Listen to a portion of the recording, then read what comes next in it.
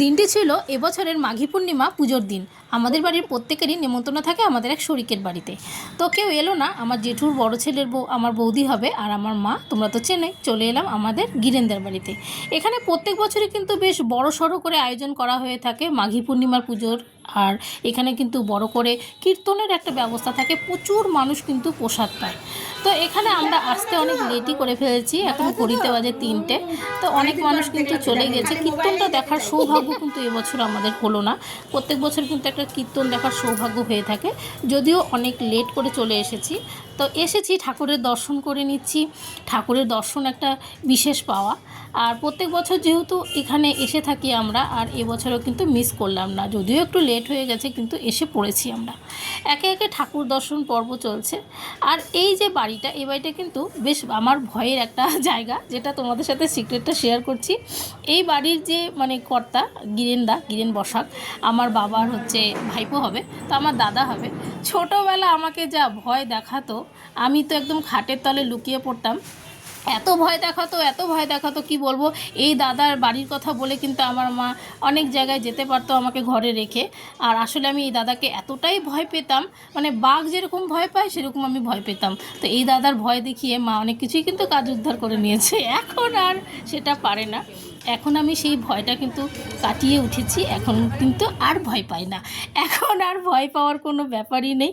এখন কিন্তু আমি দিব্যি কথাও বলি, আর সেই জিনিসটা কিন্তু আমার মধ্যে থেকে উধাও হয়ে গেছে। এখন আর কিন্তু ভয়টার কিছুই বিষয় না।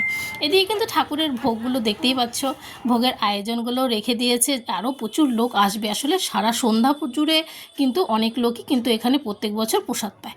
তো আমরা লেট করে এসেছি, তো কী হয়েছে, দেখছি অনেক মানুষই লেট করে এসেছে। একে একে কিন্তু অন্ন দিয়ে দিল। এদিকে কিন্তু অনেকেই বসে পড়েছে আমাদের সঙ্গে, আর সবাই মিলে একসাথে বসে ভোগ খেতে কিন্তু খুবই মজার বিষয়। আর যেহেতু আমরা প্রত্যেক বছর আসি, তো একটা ফিলিংস কিন্তু থেকেই যায় যে কখন যাব। তো যদিও লেট করে এসেছি, কিন্তু আশা তো হলো, ভোগটা তো পেলামই। আর ভোগ পাওয়া কিন্তু একটা বিশেষ ভাগ্যের বিষয়। এটা কিন্তু সৌভাগ্যের বিষয় যাকে বলে। ভোগ খাওয়াটাকেও কিন্তু সৌভাগ্যই বলা চলে। আমি তো মনে করি ভোগ খাওয়াটাকে সৌভাগ্য। তো আমি আজকে সৌভাগ্য হচ্ছে যে আজকে পূর্ণিমা তিথির এই ভোগটা আমি পেলাম। আর আশা হলো, শেষমেশ আশা হলো। অনেকে মিলে কিন্তু প্রত্যেক বছর আমরা এসে থাকি, কিন্তু এবছর কিন্তু খুব একজন এলো না, 3জনই এলাম। আর দেখো, নিজেদের শরিকের বাড়িতে কিন্তু আসতে হয়, না আসলে কিন্তু সম্পর্কটা কিন্তু আস্তে আস্তে কেমনই যেন হয়ে যায়। দিনে দিনে মানুষ কেমন হয়ে পড়েছে, মানুষ কিন্তু মানুষের বাড়ি যাওয়াই বন্ধ করে দিয়েছে। কিন্তু আমার মনে হয় যে কোনো পূজা, যে কোনো উৎসবে কিন্তু মানুষের বাড়ি যাওয়া উচিত, বিশেষ করে নিজেদের শরিকের বাড়িতে অবশ্যই যাওয়া উচিত। এটা কিন্তু একটা টান থেকেই যায়। তো আমরা এই টানেই চলে এসেছি। আর এই বাড়িতে আমার ছোটোবেলা অনেক স্মৃতি আছে, আর বিশেষ করে গিরেন্দার বিষয়টা তোমাদের সাথে শেয়ার করেই ফেললাম। গিরেন্দা এখন আর আমাকে ভয় দেখায় না, আর এখন আমিও ভয় পাই না।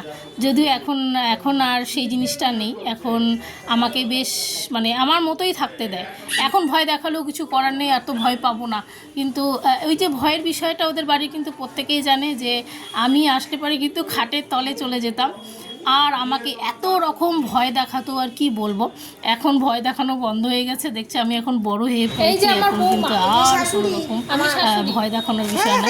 আর এটা হচ্ছে আমার বৌমা হবে, আমি হব পিসি। এটা হচ্ছে আমার গিরেন্দা। ছোটবেলা খুব ভয় পেতাম, এখন ভয় পাই না। আগে প্রচুর ভয় দেখাতো, এখন আর দেখানোর সেই সময়টা নেই। আসলে বয়স হয়ে গেছে এখন।